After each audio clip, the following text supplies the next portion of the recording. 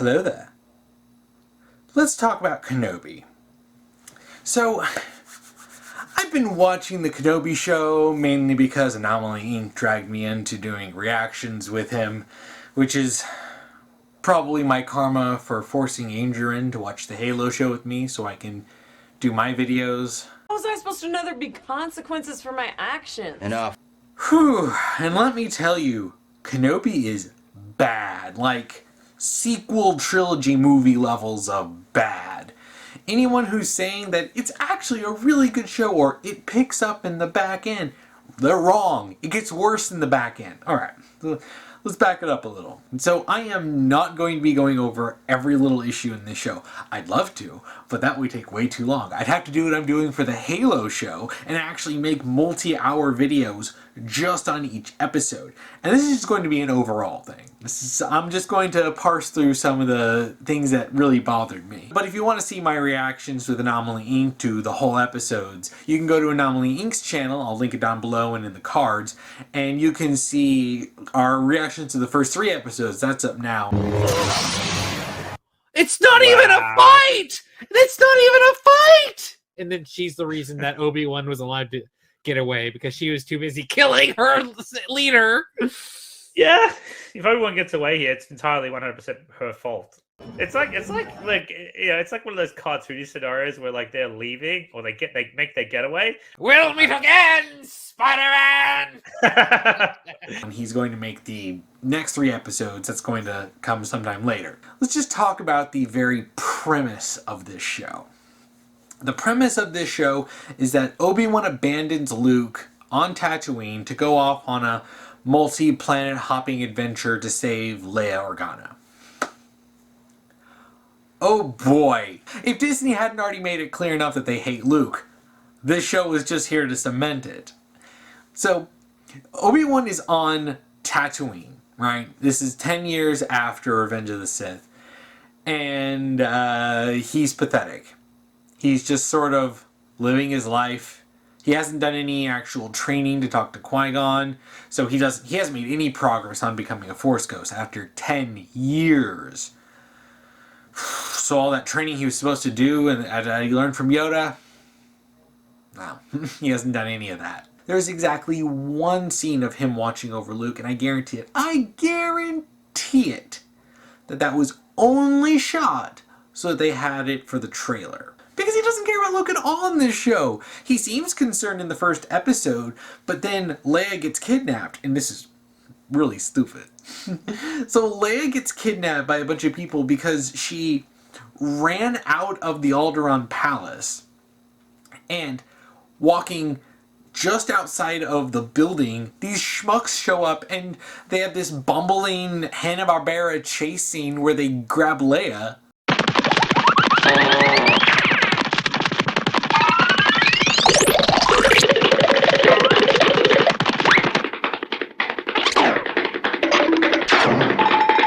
It looked stupid. It's because it was. Because apparently catching a 10-year-old is very difficult. Alright, so the whole plot starts when Leia gets kidnapped. And with Obi-Wan gets contacted by Bail, who he apparently has a direct line of communication to. We don't know who it was. No ransom, no leads. Whoever they are, they knew where she would be. She needs you, Obi-Wan. We can't trust anyone else.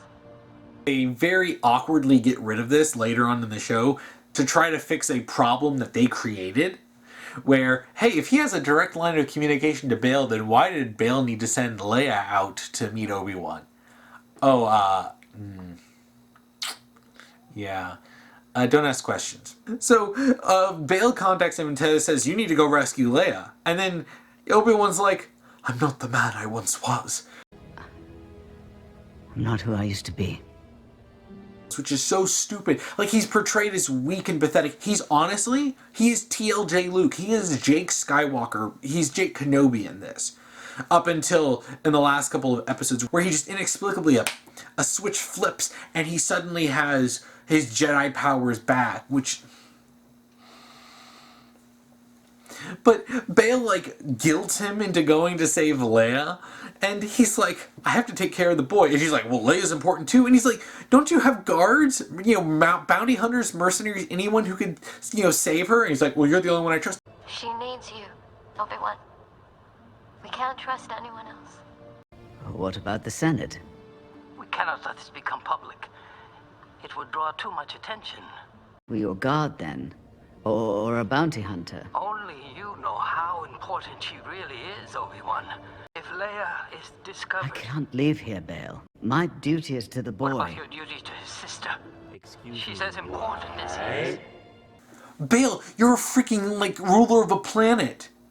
Don't you have like a royal guard you can send after? Because honestly, a whole show about Leia being kidnapped and the Alderaan royal guard, or a squad of like Alderaan Marines going to rescue Leia, would be freaking awesome. That would have been way better than this, but nope, Obi-Wan's bankable.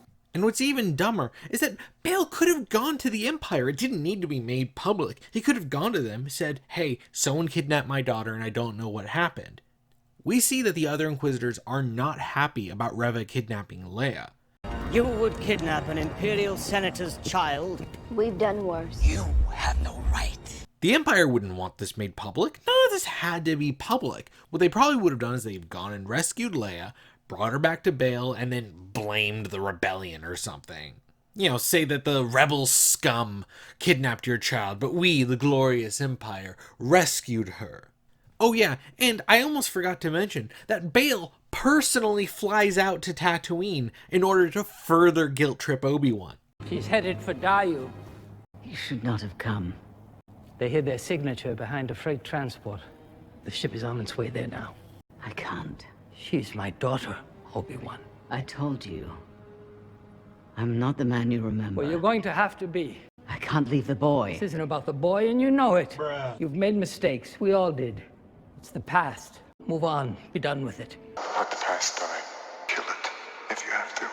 You couldn't save Anakin, but you can save her. And what if I can't? There is no one I trust more with my child than you. Please, old friend. For her. One last fight. He risks exposing Obi-Wan and drawing attention to them just to further guilt trip him on something that he should be taking care of himself. And no, Bail, Obi-Wan's responsibility isn't to Leia. That's not what happened at the end of Revenge of the Sith. At the end of Revenge of the Sith, Bail took responsibility for Leia, Obi-Wan took responsibility for Luke. My wife and I will take the girl. We've always talked of adopting a baby girl. She will be loved with us. And what of the boy? To Tatooine. To his family send him. I will take the child and watch over him. Until the time is right, disappear we will. And now this show is trying to pretend that, oh, well, you know, Obi-Wan, you're the one who's supposed to be responsible for both children. Bail, that's not what happened.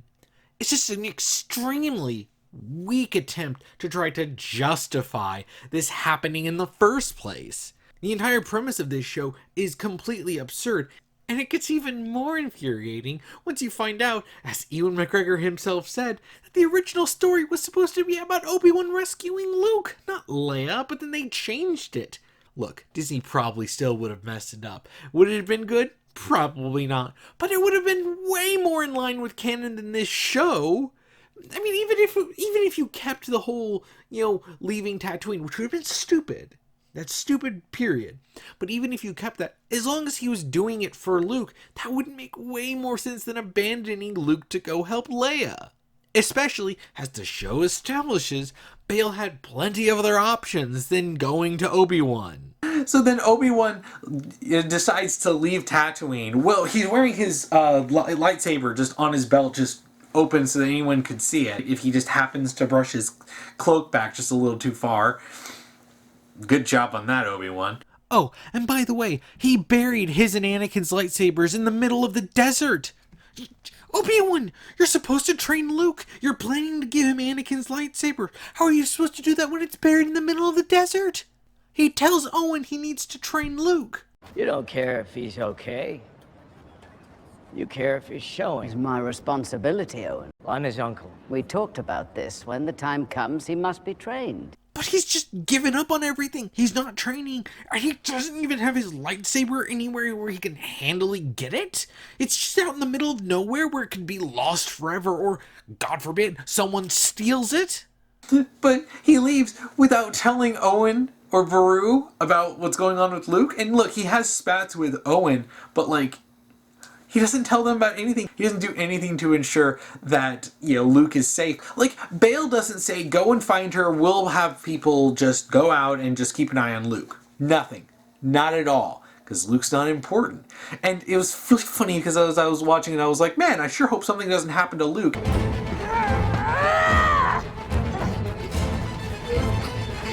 And yeah, at the end, something does happen to Luke. And if Reva suddenly hadn't grown a conscience, then Luke would have died and it would have been all of Obi-Wan's fault. And Bale's too. Yeah, he's stupid in this too. Even though some of the shots we see of Bale interacting with Leia are actually really adorable, Bale is dumb to guilt Obi-Wan into this. So Obi-Wan's like, he's going on this adventure, bumbling around, asking people, I'm looking for a ship. Excuse me. I'm looking for a ship. I was tracking its signature. You're in Daiyu now. All signals in or out are blocked. And we get to see Obi-Wan bumbling around in this show, being more incompetent than he's ever been before. They know what they're doing, Leia. You called her Leia. You really are an idiot. But now that I'm thinking about it, there's actually another way that this show breaks canon. And just like the stuff with the Grand Inquisitor, this is Disney-era canon. In Rogue One, Mon Mothma talks to Bail Organa about Obi-Wan, and Bail specifically says that he's been in hiding since Order 66. Your friend, the Jedi. He served me well during the Clone Wars, and has lived in hiding since the Emperor's Purge. Yes, I will send for him. You'd think that if Obi-Wan came out of hiding to rescue Leia, that he would mention, oh yeah, about 10 years ago he helped rescue my daughter. But no. And why? It's not because he's lying, because I know there's going to be people out there who are going to say, well, you see, he was actually lying to keep up the illusion that he was an hiding. No. Why would he lie to Mon Mothma? She already knows about Obi-Wan. She knows that Bail has a connection to Obi-Wan. They're talking about Obi-Wan. Why would he lie to her about this? And the answer is, very simply, that this story did not exist until the show needed to exist. In the decades that Star Wars has existed, even years under Disney, Obi-Wan was always on Tatooine. He was there from the end of Revenge of the Sith to the beginning of A New Hope. But the second this show needed to exist, they just did whatever they wanted. It is a retcon, pure and simple. Now, all of the plot of this show has been orchestrated by a new character for this show, an Inquisitor named Reva. You will be rewarded well. Or you'll be punished. Reva! Hands go first. Now, here's the thing. People will say, well, this show isn't about Reva. Saying that this show is really about Reva is wrong because Obi-Wan has the bulk of the screen time. Except most of his screen time is kind of worthless. And in all honesty, everything in this story revolves around Reva. Everything. Even the stuff with Vader and Obi-Wan, it actually revolves around Reva. The only reason that the whole Obi-Wan and Vader conflict happens is because of Reva. It's Reva that draws Obi-Wan out that then leads to him fighting Vader. And this is all because she turns out to be a youngling that was apparently stabbed by Anakin during Order 66 when he attacked the temple. But, like, I thought at first that was, like, more metaphorical, but, like, apparently he stabbed her as a child and she lived. So now she's angry at Vader. So she has to kill Obi-Wan. What? And here's the crazy thing. She holds Obi-Wan so responsible for this. It's almost as if she's one of those fans who watched the movie and came away with the idea that everything was actually Obi-Wan's fault. But it's so weird because she acts like she knows the movies, not something that an individual character would actually know. The details she knows, because she knows that Vader is Anakin. She reveals that to Obi-Wan. Lord Vader will be pleased. You didn't know. He's alive, Obi-Wan. Anakin Skywalker is alive. He's been looking for you for a long time. And I will be the one to deliver you to him. And she ends up knowing a lot of stuff, and even acts like she knows the specific relationship that Obi-Wan and Anakin had, and that Obi-Wan feels guilty for what happened with Anakin. Let me help you. Why would I ever trust you? Because we want the same thing. Do we, Obi-Wan? Do you really want Anakin dead? And like, she blames him for everything, even though it doesn't really make sense. Unless, of course, you're specifically looking at how their relationship was. I mean, she was like, what, 10 years old when that happened? Vader would have kept that hidden. And you're too young to have known him. She couldn't have known hardly anything about their actual relationship, other than the fact that Obi-Wan was Anakin's master. It really doesn't make a lot of sense. That's her whole motivation. And this doesn't even apply just to Reva. The new character Tala also talks to Obi-Wan like she's known him for years, and she knows all the intimate details of his character across the prequels.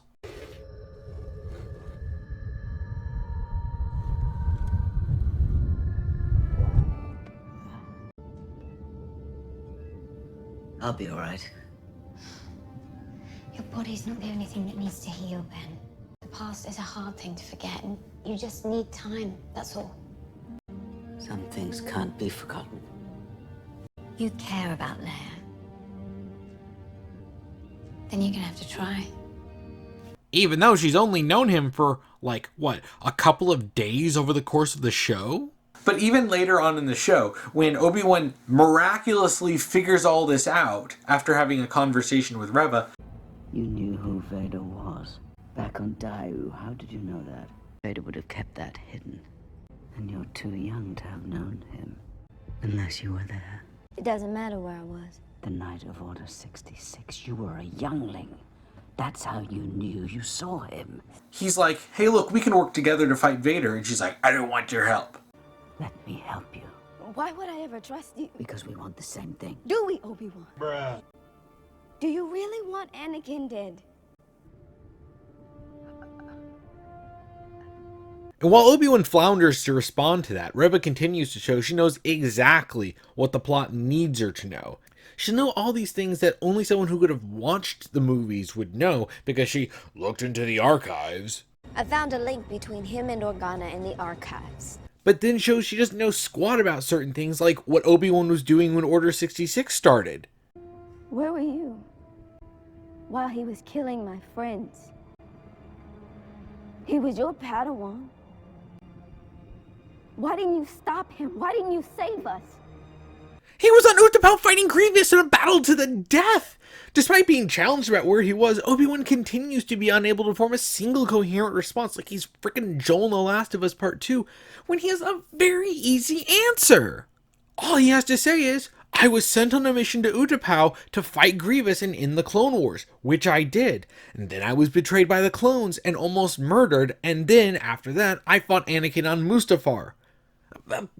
How does Reva not know any of this if she knows all these other details? How is she able to pinpoint that relationship between Bail and Obi-Wan like it's something that would have just been public knowledge that they had this close relationship when it's really something that only came about at the very end of Revenge of the Sith?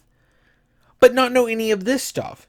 And by the way, that whole situation with Obi-Wan being gone all happened because of Palpatine's manipulations, along with, the entirety of the Clone Wars.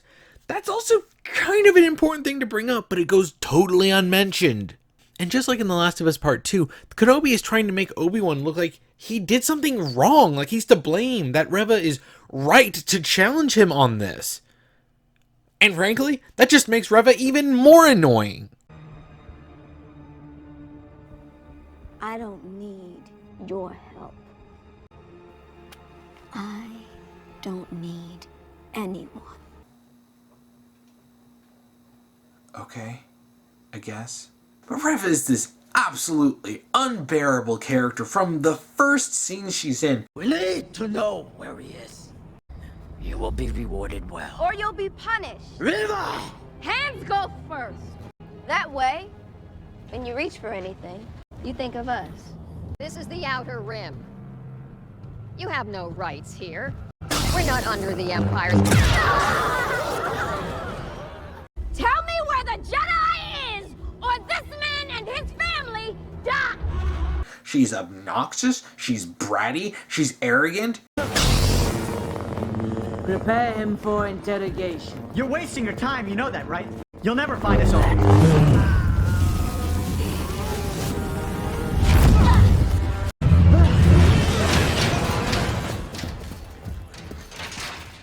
You are reckless. What chase after scraps? Scraps are all we have left. Then we should be hunting bigger prey. He is not yours to find. We are past this, third sister. I will not warn you again. You will forget this fixation with Kenobi, or I will relieve you of your duties. Is that clear? You are too impulsive. I'm sick of wasting time. This place is beneath us. The Grand Inquisitor was right. You still want Kenobi. But he's gone. And you won't find him. We spent the last 10 years looking for him. Maybe you've been looking in the wrong places. What is it you think you will gain by capturing him? When I'm old. You would kidnap an Imperial Senator's child? We've done worse. You have no right. I found a link between him and Organa in the archives. I used the girl as bait. And you did this without informing me? You left me no choice. Nice try, princess. I hope you like pain. I'll never tell you where they are. Then it's time to make those tears real. Let me out! Help! Somebody help, please! You are gonna tell me what I want to know. What are you doing to me? The same thing I do to anyone who doesn't embrace the Empire. Say something! I'm gonna tell you! Then your choice is made.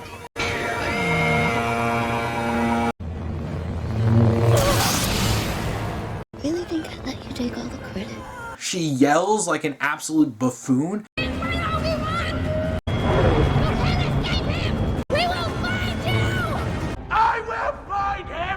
And she comes off as so freaking obnoxious. But the show wants you to like her, to the point where, even at the end, after she attempts to kill Luke,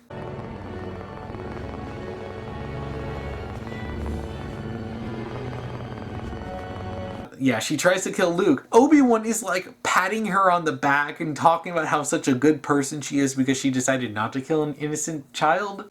I couldn't do it. I failed him.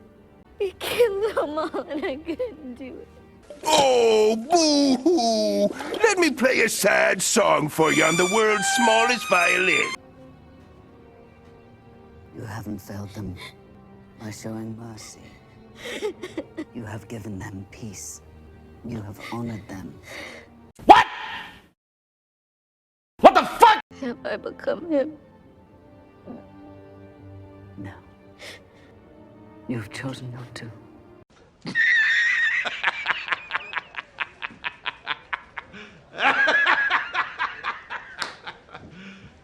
You serious?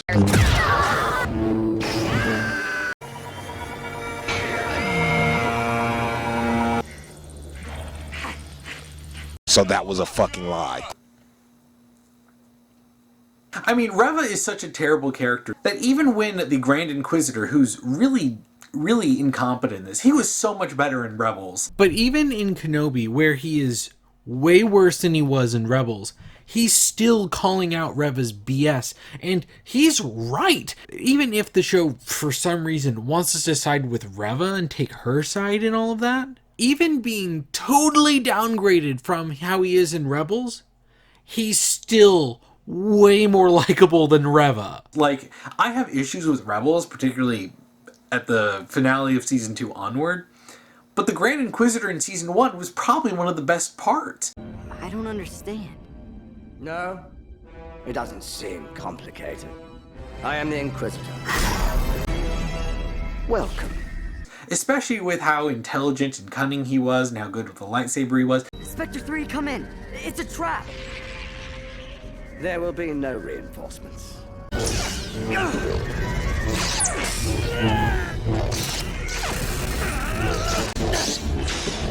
Interesting.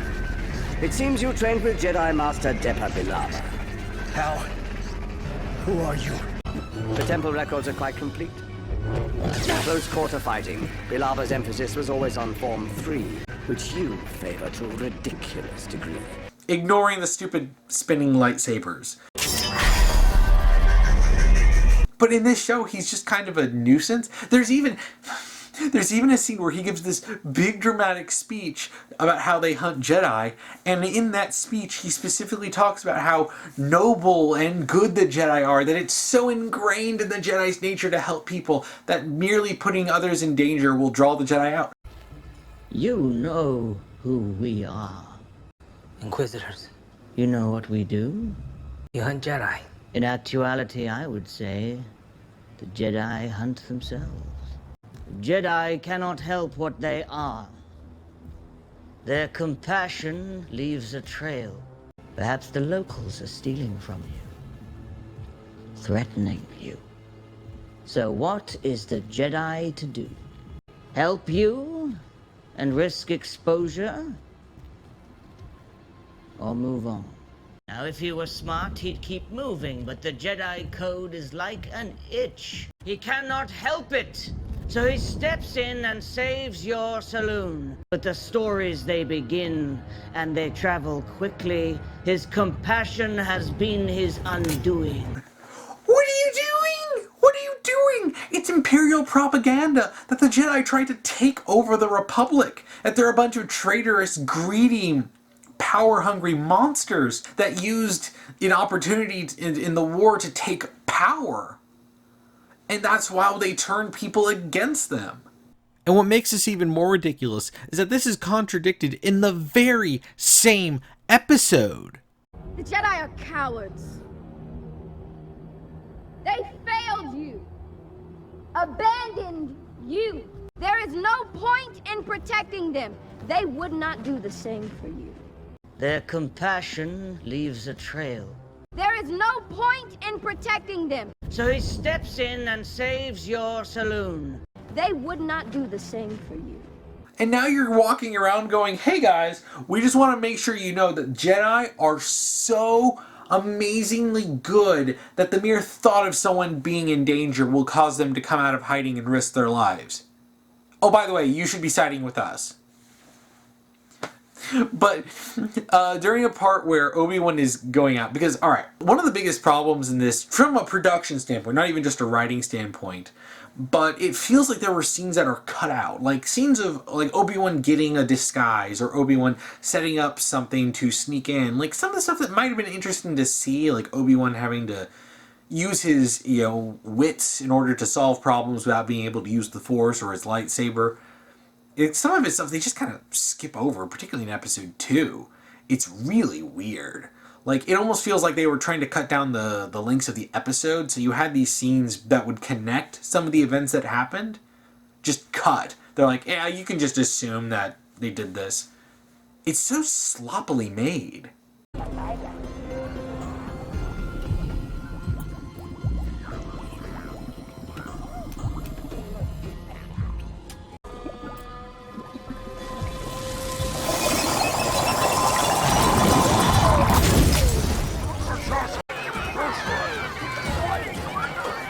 Yeah, so in episode 2, we're introduced to this this Jedi who's played by that one actor. I don't remember what his name is, but he is one of those comedic actors, and they really want you to think he's funny and likable. Do you read? Over. This is K3 copy. Who is this? This is a private channel. This is a Jedi mind trick. Do not be alarmed. I'm inside your mind. I'm sending a mother and son to your gate. You will let them through when they arrive. They are to be given safe passage to Corellia. They'll be given safe passage to Corellia. I'm not leaving. You're mine. The Force is so strong with you. Yeah, I know. He's a con artist who pretends to be a Jedi to get people to trust him so that he can take their money and send them away to a safe place, and you're like, there's no way. Apparently, like, and by the end of the episode, he turns out to actually be a noble person. The bounty is on me. Let her go. Listen carefully. The entire city's locked down. It's done. You need another exit. It's a cargo port. It's fully automated. They won't be looking for you there. What are you talking about? It'll take you to Mapuzo. They'll be waiting. Who'll be waiting? There are people out there. People who can help you. Expect me to trust you. You're a criminal. Look, have I made a few bad decisions? Sure. Do I feel bad about it? Sometimes. Do I like credits? Yeah. I'm trying to make amends. I got that family safe, and I'm gonna do the same for you. Despite the fact that he's really, really, really suspect the entire time. It's all there. Oh, you didn't have to. Every credit. We will never forget you. You must. My safety depends upon it. Now go. Go. Be safe, little one. Be safe.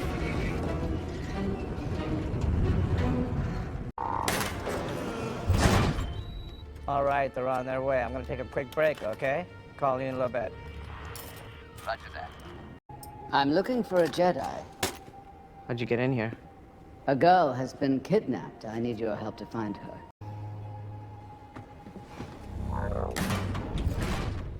I am Haja Estri, Jedi. I help all who are in need. In return, I ask only a few credits. The shadows are my realm, for the light is an unforgiving place for my kind. Of course. How much? 500 to locate the girl, another 300 to take you to her. Goodness, that light is unforgiving. It's a really good deal. Oh, make it 1,000, I'll even show you some tricks. What do you know of the Force, my friend? Just there's a lot of remotes and magnets. Okay, I know how this looks. Yes, it looks like you just took money from that family. I got them safe, just a little poorer. You're not gonna tell anyone, are you? That depends on what you tell me. What are you, a bounty hunter? You're a bottom feeder who preys on weakness. And the show just really wants you to like him. In fact, he even goes up against Reva one-on-one to stop her. Finally, we meet. We both know why you're here. I am Haja Estri, Jedi. Get out of my Hey, what's the bounty on me now? 1 million? Doesn't matter because you will not get it. You're no Jedi.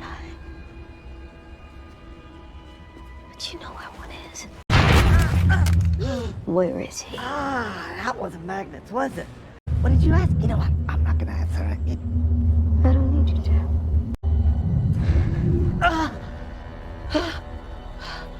And she just inexplicably doesn't kill him despite the fact that he announces that he's a Jedi. And no, despite the fact that by, episode 5, they're trying to be like, oh, here's a backstory about how Reva is actually sympathetic because she actually wants to fight Vader. She has no problem killing Jedi. She doesn't have a problem with that. It's so weird. Her motivation is absolutely asinine because she wants to get revenge against Vader for killing the Jedi by slaughtering Jedi and being okay with killing children? What? And they want you to like Reva. And another thing about Reva's revised backstory that doesn't make sense is that she says she played dead. When he left, I played dead. Hid with the bodies. But that wouldn't have worked. Even if you ignored that the clone troopers were ruthless and would have made sure to kill everyone they found, you had the literal chosen one who's incredibly powerful in the Force, who would have been able to sense that Reva was still alive and would have finished her off. The show struggles to make sense, and after you watch the show, looking back on the beginning makes those early episodes even more baffling. Even the context surrounding the Inquisitors coming to Tatooine seems silly in hindsight. So the way the Inquisitors get onto Tatooine in the first place is that they're chasing this random Jedi dude. Something to point out is that the only reason Reva finds vitally important information that becomes critical for the finale is because this random Jedi just happened to come to the planet Obi-Wan is on, which happens to be helpful for Reva's obsession. If this guy never went to Tatooine, Reva doesn't meet Owen and doesn't get vital information that leads her to track Luke down in the finale. What's your name? Owen. Owen. Farmer, right? Wife? Kids? My family's of no concern to They you. might be. You got a Jedi on that farm, too? If he's learned of the children, I'll head to Tatooine. Owen, help the boy. And Reva just happening to pick out Owen randomly, getting his name, somehow knowing he's a farmer while accusing him of hiding a Jedi as if she's read the script, is ridiculous enough. But all of this only happens if this random Jedi happens to come to Tatooine. So Reva, who has an obsession with Obi-Wan Kenobi, just happens to follow a random Jedi that she wasn't even interested in hunting down in the first place. What chase after scraps? Scraps are all we have left. Sick of wasting time. This place is beneath us. To the one planet in the galaxy that Obi-Wan is on. Which then helps get Obi-Wan involved in the story along with Reva kidnapping Leia.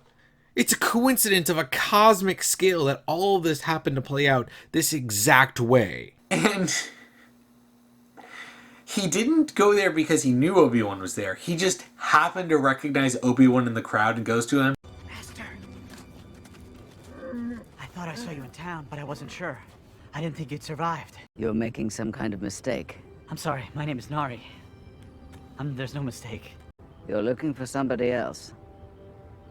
What are you doing here, Obi-Wan? My name is Ben. And he's like one step away from saying it's time for the Jedi to end. He's going on about how we lost the war. The fight is done. We lost.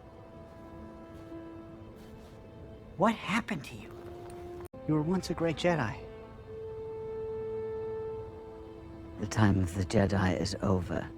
And he goes and tells this guy to bury his lightsaber in the sand and to, never do anything ever again. Come on, please.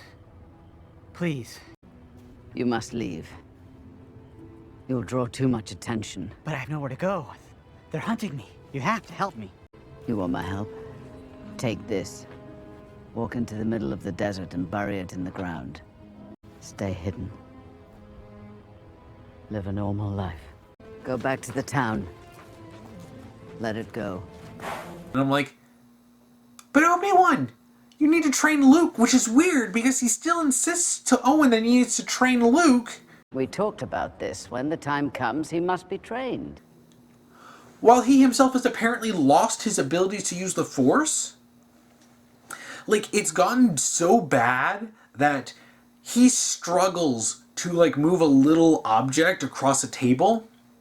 And when Leia just runs off and jumps off of a building because she's an idiot, he struggles to just slow her descent. Then when Obi-Wan infiltrates the Inquisitor headquarters, he's got these Force powers back. He can freaking hold back the force of the ocean. And then in the finale when he fights Vader for a second time, because the first time he fought him on this one planet, he's running around like a freaking coward, unable to face Vader.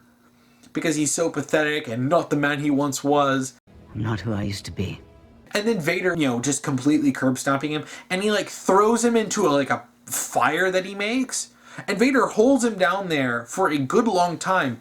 And the worst that Obi-Wan suffers is some burns on his shoulder. He was sitting in that fire for a while and his clothes were barely singed. It's insane. It's stupid. Not to mention how Obi-Wan was so useless, he needed to get bailed out of that fight by the new character Tala and a robot.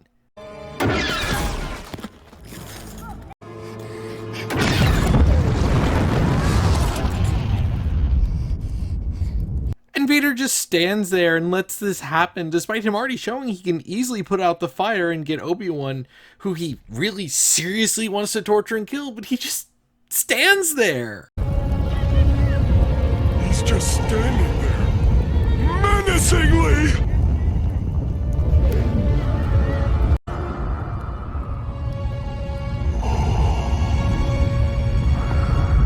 And then in the finale, when Obi-Wan and Vader have their big climactic fight, Obi-Wan, he gets his butt handed to him, and then, like, Vader is, like, overpowered. Like, we're talking, like, Star Killer and The Force Unleashed levels of insanely overpowered.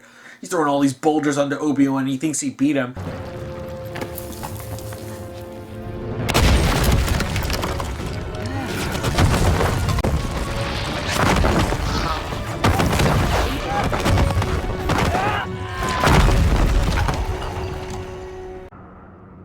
Did you truly think that you could defeat me? You have failed, Master. And then Obi-Wan remembers his time he spent with Leia, and I'm not joking. He has memories of Leia, and then one shot of him looking at Luke. He's not really that important.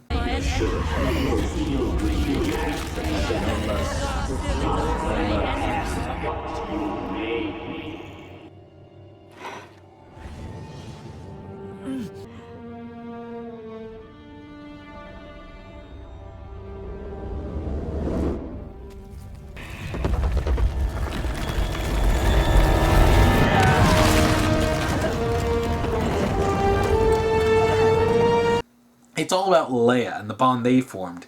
And because of the power of friendship, he gets a plus 50 power to his force, and he just blows all the rocks over. He beats the crap out of Vader.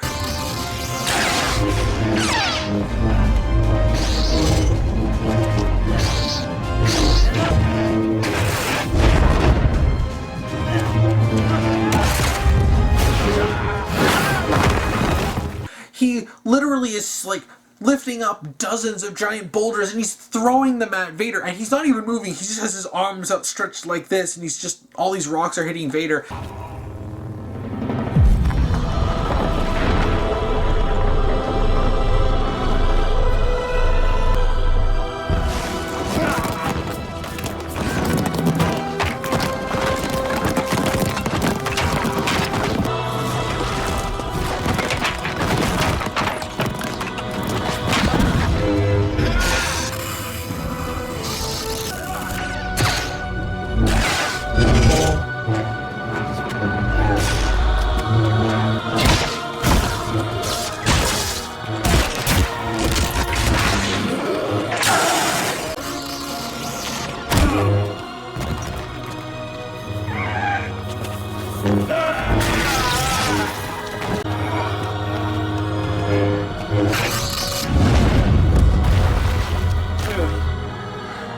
And he beats Vader, slices his mask, open.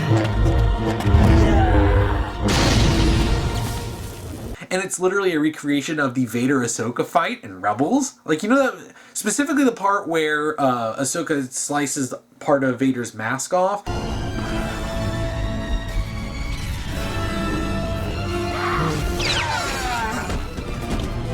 And you can see his eye, and you hear a bit of Anakin's voice along with the Vader voice. Ahsoka.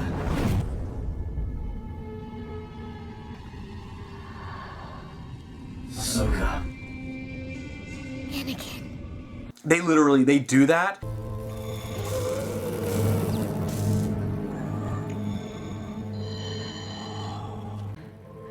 Anakin. Anakin. Anakin's gone. I am what remains. I'm sorry. I'm sorry, Anakin.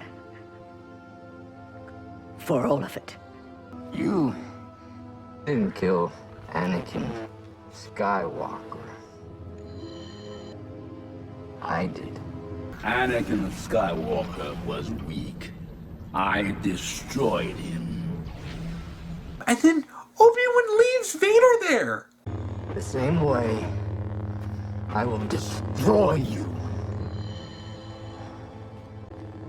Then my friend is truly dead. Goodbye, Darth.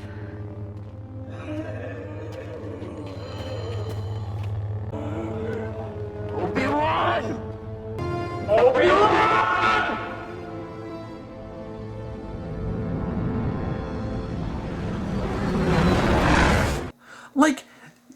cross the line from this guy is your, apprentice, the guy you raised. You spent 10 years, thinking about this, and this guy lived after you chopped all of his limbs off and left him for dead, burning to death? I think you might need to finish the job, Obi-Wan, but of course, this isn't a character decision. This is we want to pretend this is canon, so we can't actually have either of them die, because they need to be there for A New Hope. But yeah, it really makes a lot of stuff in New Hope stupid. But especially, it's like, it only really made sense, especially when he's talking about, Obi-Wan, he's like, when I left, I was the apprentice, now I'm the master. Stuff like that, and people are like, oh, well, actually, Obi-Wan beat Vader again, so that means that he was still the apprentice. No, it's very clear that this was all written with the intention of saying the last time they fought was on Mustafar, and then they changed it to be like, well, you see, actually, they fought about 9 years ago, and it was this gigantic, epic fight where they were, like, throwing giant boulders.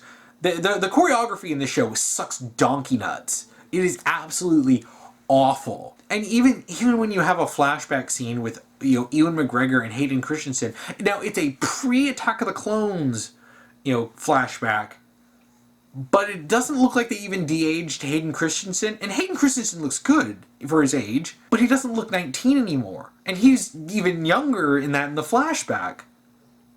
It's like, you have this technology to de-age him. Why didn't you? But it's like, even with those two, who we know are very capable with fighting with lightsabers, it looks awkward.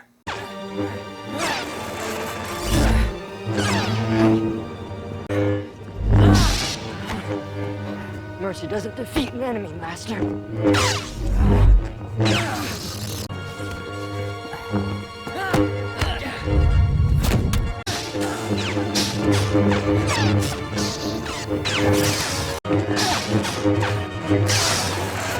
And that's not even getting into the weird characterization of Anakin in the flashbacks. Anakin, at points, is practically talking like he's Revenge of the Sith Anakin rather than a pre-Attack of the Clones Anakin. And strangely enough, it even starts to dip into Sith Anakin territory at times. There's no way out, Master.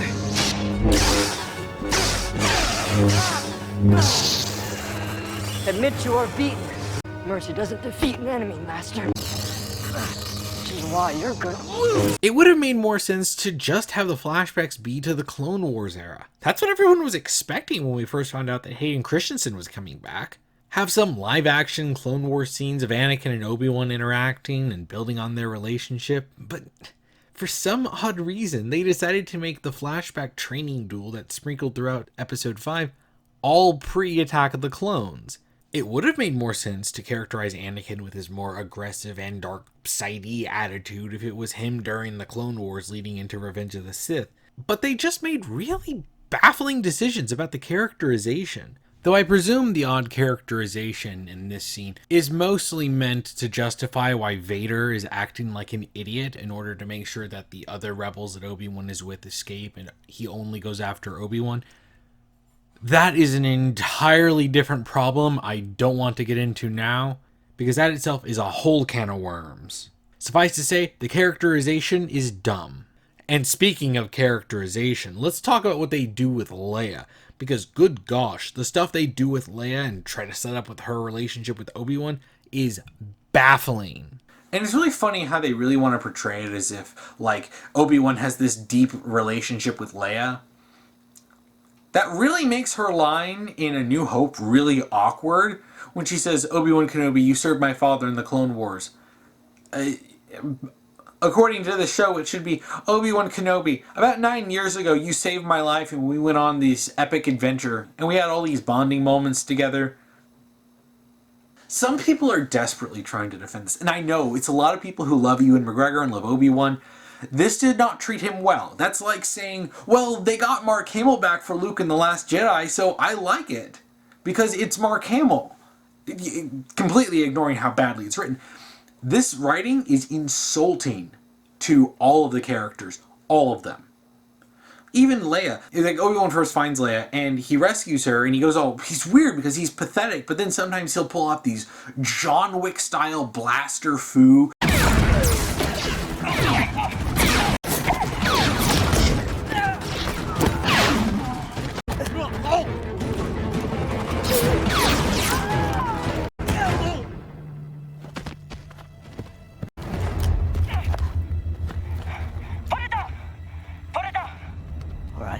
Putting it down. Let her go. Come on. Oh yeah, he's freely using a blaster, and they don't even bother trying to, like, show him being remotely conflicted about it. And they don't even have him say the uncivilized line. So uncivilized. Like, come on. Like, they're shockingly light on the memes here. It's actually really weird. Like, I would expect that they would overload on the memes. At least it would be, like, ridiculous and funny, but no, they don't. But, like, when he rescues her, and then, you know, you have all these bounty hunters being alerted to Obi-Wan's presence, and, of course, it's just like that one scene in John Wick, the end of the second one, when he kills the guy in the Continental, and then all the other assassins get notifications to kill him. Send it across the city. I want every lowlife and bounty hunter on this planet to know Kenobi is here.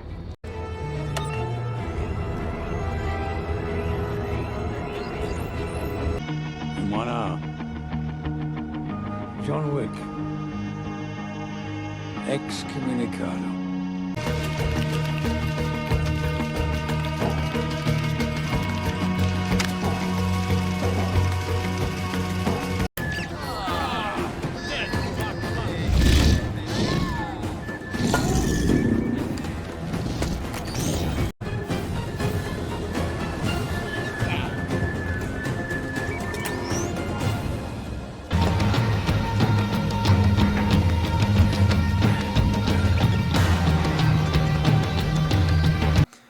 Yeah, it's like that. But then Leia, as a 10-year-old, and she's weirdly, like, intelligent in this, but also stupid at times. Like, sometimes she acts like she's in her 30s and psychoanalyzing people. Your Highness. Oh, thanks, Wyo. My pleasure. You think you're droids? It's good manners. You don't need manners when you're talking to a lower life form. Then I guess I don't need manners when I'm talking to you. You know the difference between you and me, cousin? I know things. You know, my father says they never let you leave this planet. They don't want anybody to know about you because you're not one of us. You're not even a real Organa. You're scared of him. Your father. You want him to like you, so you repeat what he says, even though you don't really know what it means. You think being like him will make people frightened of you, but really, you're the one who's scared. You've never made one decision for yourself in your entire life, and you never will. I may not have seen much, cousin, but I can see that. And then other times she's like borderline suicidal, where she just jumps off of a building.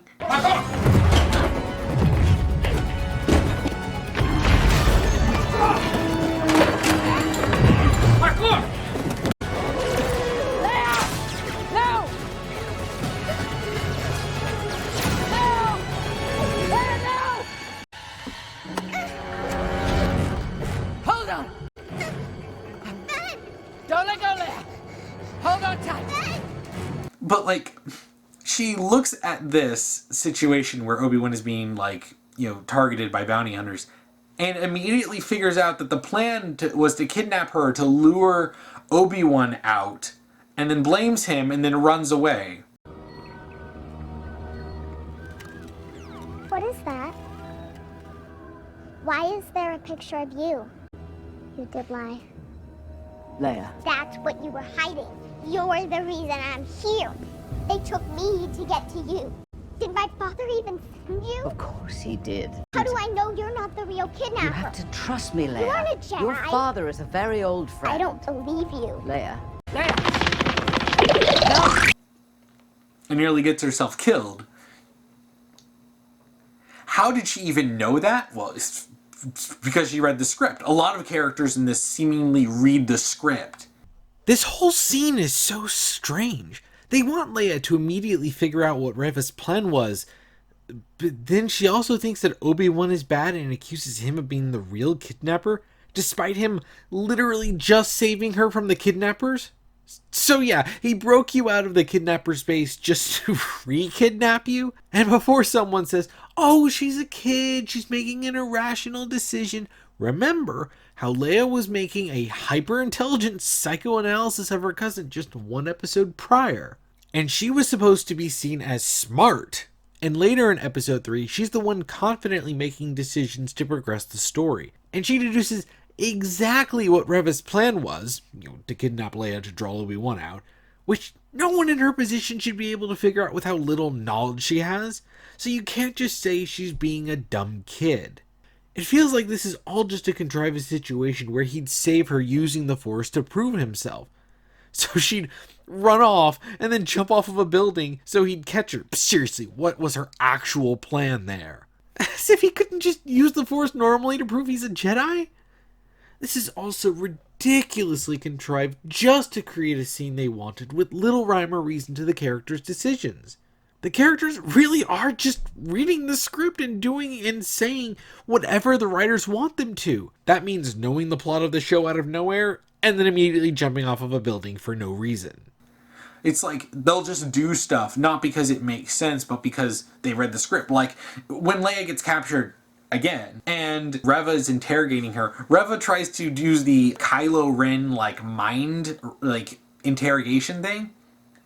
And she fails against 10-year-old Leia, who's so strong in the Force.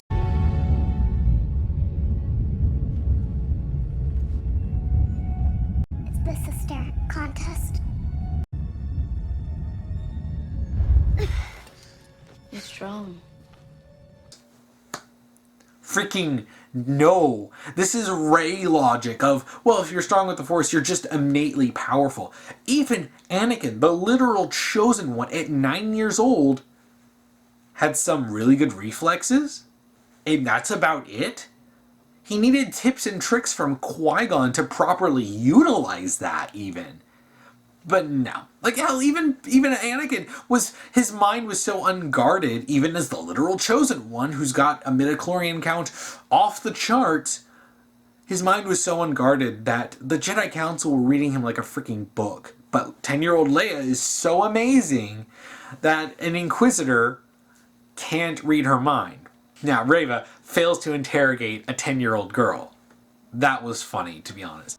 Though this raises the pretty serious question of, wait a minute, if they knew that Leia was Force sensitive, why didn't the Empire do anything about this? Because if Leia can use the Force, that would make her either a target to be killed or turned into an Inquisitor. You can't say that only Reva knows this when there are 2 stormtroopers in the room during that interrogation. And supposedly, as we find out later, Vader supposedly knew that she was up to no good this entire time, so you think he'd be keeping an eye on her. They would have to have some security there, some footage. Others besides Reva would know, and Vader would no doubt find out. And that would be a pretty big deal if Bail Organa had a Force-sensitive daughter. That would at least warrant looking into. And he might actually find out that that's his daughter. None of this was a problem before, because originally, Leia didn't show even the slightest hint at having any kind of Force abilities till the very end of The Empire Strikes Back. And even then, it's not even something super conclusive. You don't even get any confirmation of her being related to Luke and Vader until Return of the Jedi. And here Kenobi comes in saying, yeah, people in the Empire knew that Leia was Force sensitive. You guys might want to think about that, because that's gonna cause some problems. But to be honest, there are so many problems in this show, even within its own continuity, even just within the show itself. It doesn't make much sense. She takes Leia's little robot and looks at it, and then because they escape, Reva gets in trouble with Vader. I will tolerate your weakness no longer. But then Reva's like, actually, Vader, I planted a tracking device in the robot, and we're tracking them as we speak. I will tolerate your weakness no longer. I put a tracker on the ship.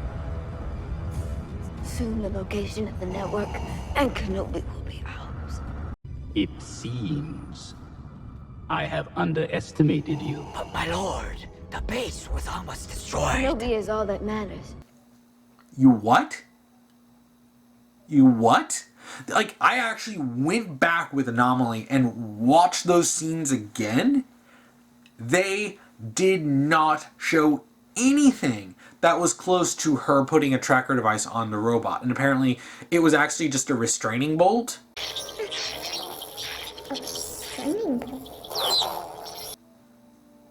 That's not what restraining bolts do, but it turned the robot evil. When you took it off, it was pure and good again. But how would she even know to do that? Like, was she planning on them to escape? Because she clearly wasn't, because this one lady who's like, I'm guessing a rebel, but she works in the Empire as an officer, but then she eventually decided to turn against the Empire. Her name is Tala. She helps Obi-Wan infiltrate the Inquisitor headquarters where Leia is being held, and Reva had to be interrupted from torturing Leia, which she clearly had every intention of going through with. And Reva was surprised when Tala distracted her, so it's unbelievable that she would have planned for this entire situation unless she can just see the future. What? There's no way you could have timed this down to the second! Of course I can. I went to the Light Yagami School of Strategy. I can practically predict the future. And this base is so incredibly secure, despite not having shields, that no one would dare even try to infiltrate it.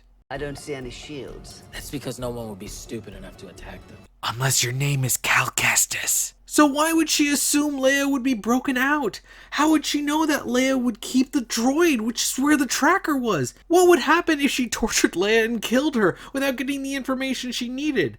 A dead child of Sinner is a pretty big problem. It just raises too many questions. Reva also tried really hard to stop them, including ordering her troops to kill them. And you die. For nothing. So it doesn't seem like she was letting them go to follow them, even if everyone was stupid and didn't notice Leia obviously being under Obi-Wan's randomly acquired coat as they walked out of the base while it's on red alert, until Reva herself pointed it out. A child and an old man. Was it worth it? Even though, if she wanted to just follow them, it would have been much better to let them walk out and not order her troops to kill them, because the only thing that stopped the stormtroopers from shooting was rebels showing up. Sounds to me like this whole plan was thrown in at the last minute to prevent Reva from being killed by Vader. Now, as for Tala, I do want to like her. She's probably the only character who's conceptually interesting in this show, because like the idea of an Imperial officer who's like working with the rebels, you know, and trying to help people, that could be interesting. But she's such an undercooked character, despite the fact that by the time they kill her off, you know, after she's been in here for only a couple of episodes, they really want to portray it as if like Obi-Wan and her had this deep relationship. It was so weird. Like, you guys rushed everything in this. Unfortunately, Tala is kind of just a nothing burger of a character. She's an interesting concept and not much else. Really, she's just a plot device for the most part, just here to move the plot along and not really be much of an actual character. So before I end this, I want to talk about a couple more dumb things from the last couple of episodes, because while the back end of this show is really bad, there's so many things to talk about, and I physically cannot talk about all of this and keep this even remotely brief. We're already at over an hour at this point. So this is going to require a little context. But on the planet where Obi-Wan first rescued Leia, Reva tries to have a confrontation with him, and then the Grand Inquisitor comes in and is basically like, you're an idiot, you're getting in the way of everything, let me show you how it's done. Sister, I can stand the reek of your ambition no longer. I found him. We have him. And I cannot risk you losing him again. Move aside. Watch and learn. And then Reva stabs him through the gut and leaves him for dead. Really think I'd let you take all the credit? Who's in the gutter now? Yeah, she killed the Grand Inquisitor 5 years before he actually died in Rebels. And I think it's because, again, they didn't pay attention to Rebels. But Rebels is a Disney show. It's their own canon, and they didn't pay attention to it. And then at the end of episode 5, Vader is like, actually, I knew you were trying to fight me the whole time, Reva. And also, the Grand Inquisitor is alive. He walks up. No worse for wear, no injuries, no nothing. He's fine after getting stabbed, just like Qui-Gon. Revenge does wonders for the will to live, don't you think? You don't buy that 100%, do you, Sergeant? No. Vader stabs Reva, and you think so she's dead. No, she's not. She's perfectly fine. So that con artist guy, Haja, what are you doing here? Obi-Wan, before he tries to turn himself into Reva to save everyone, he gives his stuff to this con artist guy and trusts this guy to look after Leia. Haja, look out for her, will you? And this guy drops the communicator that Bail had given Obi-Wan, and Bail had sent him a message. I know we said no communication, but your silence worries me. If he's found you, if he's learned of the children, if I don't hear from you soon, I'll head to Tatooine. Owen will need help with the boy. I pray you're safe, Obi-Wan. Both of you. So, because he dropped it, Reva gets stabbed in that same area, crawls over to it, listens to it, and then, this is the end of episode 5, and then the beginning of episode 6, she has inexplicably, they never explain this, she is inexplicably fully healed, she's no injuries, nothing, she is teleported halfway across the galaxy to Tatooine. And now she's looking for Owen. I'm looking for a farmer. Oh, did I say that she didn't have an injury? No. Actually, she does have an injury. You see, she's got that cloth wrapped around her stomach. That's all you need to do in order to fix a lightsaber wound to the gut. I mean, come on, Obi-Wan. Why didn't you do that when Qui-Gon got stabbed? You could have just wrapped a cloth and he would have been fine. So yeah, even aside from the whole literally teleporting to Tatooine, because it'll take Obi-Wan longer in a ship to get to Tatooine, she should be heavily injured. Like, I'm sorry, there's no, I'm a little hurt. No, she had a lightsaber stab through her. That's gonna be a little bit more serious than, I got a little owie in my belly. Though this whole part of the finale is so weird because why exactly is she going after them? So yeah, at the very beginning of the show, she did randomly pick out Owen, get his name, just read the script and knew he was a farmer. And she knows that he has a boy because she got that from Bail's message, which, by the way, Bail, you were an idiot for sending that message. Come on. But what's Reva's goal here? Does she know that Luke is Vader's son?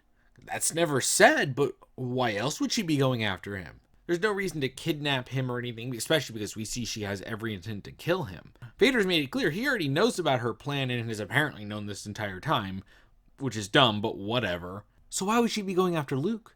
Like, I could see some line of logic, because she's a psychopath, that she would want to kill Vader's son to sort of get back at him, which, of course, trying to kill children to avenge children.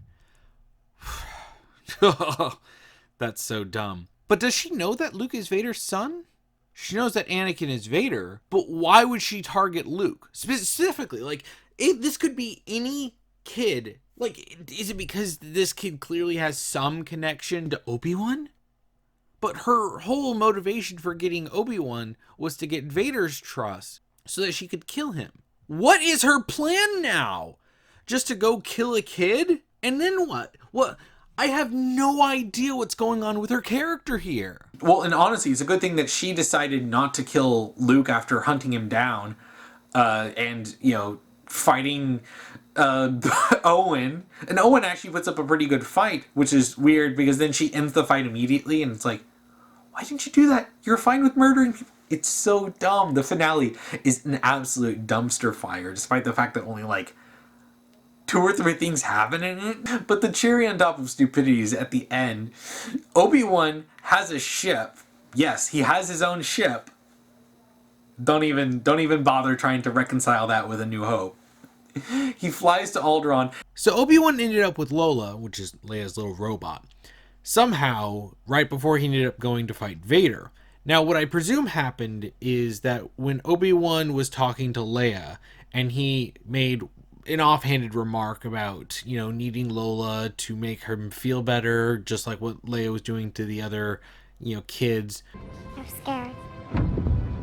She keeps their minds off of her. Maybe I should borrow her too. I think Leia put it in his bag, and he noticed this right before he went to go and fight Vader. Now, Now, this isn't really explained, and really, the only reason that this happened was so that the writers had an excuse for him to fly to Alderaan, again, leaving Luke, and to give this robot back to Leia. And then he tells Leia, yeah, the kind of person you are, that's all because of your parents. Not the parents who are raising you, your birth parents. He doesn't go into super great details, but he gives basic descriptions of Anakin and Padme. You are wise, discerning, kind-hearted. These are qualities that came from your mother. But you're also passionate and fearless, forthright. And these are gifts from your father. Both were exceptional people who bore an exceptional daughter. And I can see what they were trying to do. They were trying to talk about how there were some things about her that, you know, they come from her parent, like her biological parents. But Bail and Breha are standing like 10 feet away as he's like saying, everything you are is because of your biological parents. Well, screw you, Bail. Like, Bail should be pretty upset. Like, hey, we're the ones raising Leia. Like, you were right here. And you're just dunking on us, saying we're not the ones really responsible for how Leia turned out? Oh, boy. And in the very last bit of the shot, like, because Obi-Wan had lived in this cave at the beginning of the show. And then it shows him packing up at the very end, like, you know, and he's like looking back with nostalgia as if this is like season 11 of a show and they're finally leaving the place that they started out in, and they all kind of look at it, you know, with, you know, wistfully with nostalgia. And I'm like, we've seen this place like once. Like, we saw this place in the first episode, then he comes in and moves out. And we can't forget the incredibly impactful conversation that Obi-Wan has with Luke at the very end of the show. Hello there.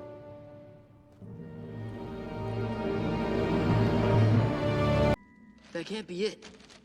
Where's the rest of it? Yeah, that's it.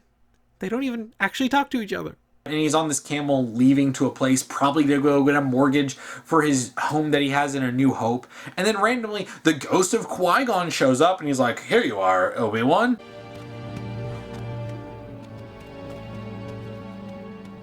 Master Qui-Gon. Well, took you long enough.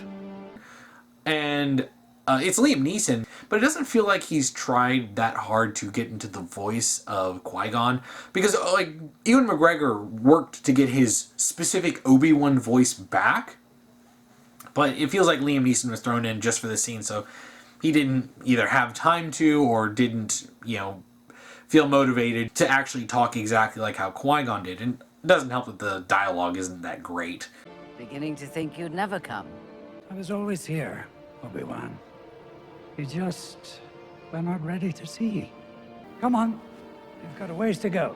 But Qui-Gon shouldn't be an actual Force ghost. I never really thought about this as much, but it was actually established by George Lucas that he never got to the point in his training of being able to achieve that. So he's a voice, and you hear that. And the only time when you actually see him as an actual ghost is in the Mortis arc, which either, you know, it's the fact that Mortis is an incredibly strong place in the Force, so he can actually manifest as a ghost there, or it was a big Force vision that Obi-Wan, Anakin, and Ahsoka had. We don't know. It's a very vague arc about that, so you don't really know exactly what's going on. But no. You shouldn't just appear as a ghost on Tatooine. There's not even an attempt to justify it as, look, this place is really strong with the Force, so I can actually appear as a ghost here. No, nothing. He just does it. Show yourself, can you? I cannot. My training was incomplete. And now, after 10 years, Obi-Wan is finally going to start his training. And that's how the show ends. This show is an absolute dumpster fire. And I have left out massive swaths of problems. I could go on for hours about the many problems in this show, and I've scratched the surface.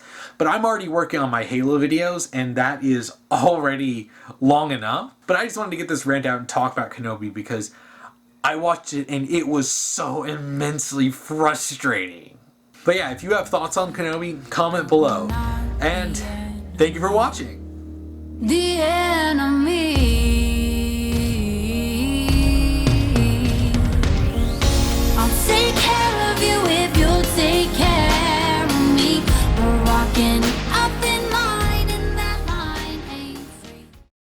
So the way that the oh my gosh, my mind is mush right now.